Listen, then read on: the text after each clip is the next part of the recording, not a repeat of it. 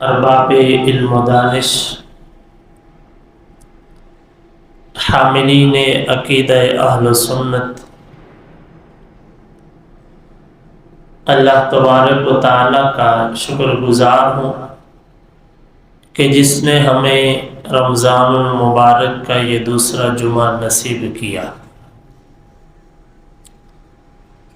مسلمان ہر وقت اللہ کا شکر گزار ہوتا ہے، اللہ تبارک و تعالیٰ کی بے انتہا احسانات کی وجہ سے۔ سامعین مکرم،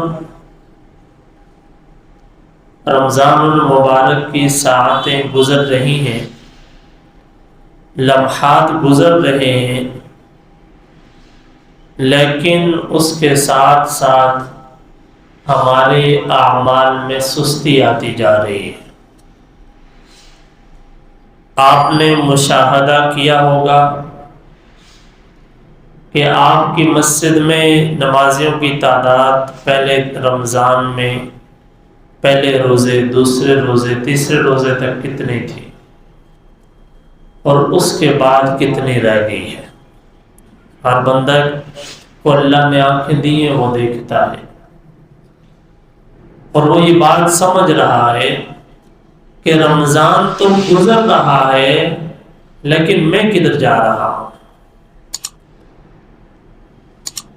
حالانکہ گزرتے وقت کے ساتھ ساتھ ہمارے عمل میں زیادتی ہونی چاہیے تھی، لیکن ہمارے عمل میں کمی آ رہی ہے، ہمارا عمل کمزور ہوتا جا رہا ہے، حالانکہ ایسا ہونا نہیں چاہیے تھا۔ سامعین مکرم، اس بات کو ہم نے سوچنا ہے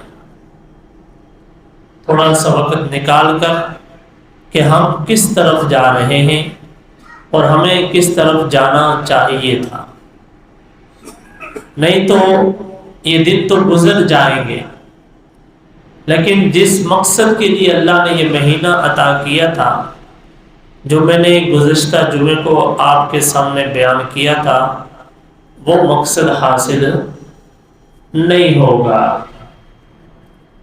تو وہ مقصد اسی وقت حاصل ہوگا جب ہم یہ کام کریں گے۔ ہماری عبادات میں اضافہ ہونا چاہیے، عبادات کے اندر کمی نہیں آنی چاہیے۔